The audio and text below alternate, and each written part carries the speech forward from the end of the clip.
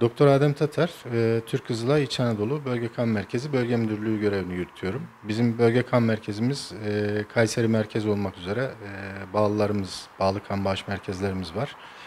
Sivas, Yozgat, Kırşehir, Nevşehir, Niğde ve Aksaray olmak üzere toplam 7 ili kapsayacak şekilde faaliyetlerimizi sürdürüyoruz. Hem bu illerdeki kan bağışlarını alarak hem de hazırladığımız kan ve kan ürünlerini bu illerdeki hem kamu hem özel hastaneler olmak üzere tüm hastanelere dağıtımını yaparak faaliyetlerimizi sürdürüyoruz. Biliyorsunuz 29 Ekim 4 Kasım Kızılay Haftası. Bu vesileyle Kızılay Haftası'nı da kutluyorum.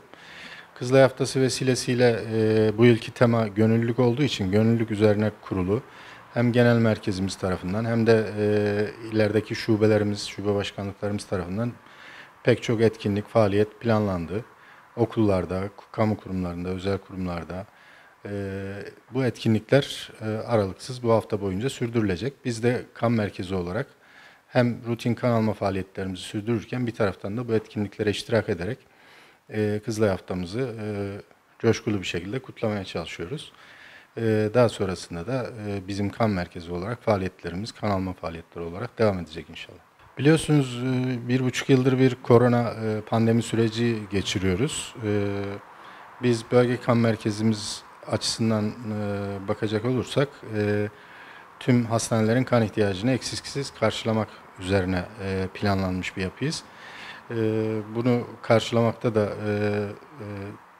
eksiğimiz yok ama pandemi sürecinde bir miktar kan bağışları da etkilendi haliyle. Biraz kan bağışlarında düşüş gerçekleşti ama biz yine de faaliyetlerimizi aralıksız sürdürerek kan ihtiyacını hem bölgemizdeki demin saydığım illerdeki kan ihtiyacını karşılamaya çalışıyoruz. Aylık ortalama 10-12 bin ünite kan bağışı toplayarak bölgemizdeki toplam yıllık yaklaşık 90 bin ünite civarında kan ihtiyacı var. Bunu karşılamaya çalışıyoruz.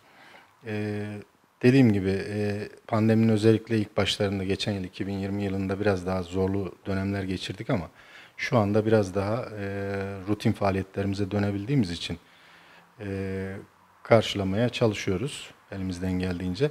Bu vesileyle de hem Kızılay Haftası münasebetiyle hem de bu ihtiyacın sürekli olmasından dolayı yani biz diyoruz kan acil bir ihtiyaç değildir, sürekli bir ihtiyaçtır. Çünkü her zaman hastanelerde kana ihtiyaç duyan hastalarımız var.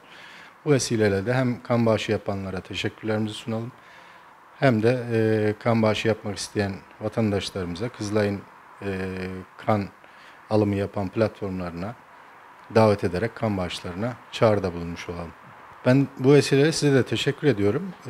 Hem teşekkür etme imkanı verdiniz hem de dediğim gibi kan bağışına çağrı yapma imkanı verdiniz. Son sloganımızı bir kere daha hatırlatarak ben bitirmek isterim. Kan acil değil, sürekli bir ihtiyaçtır.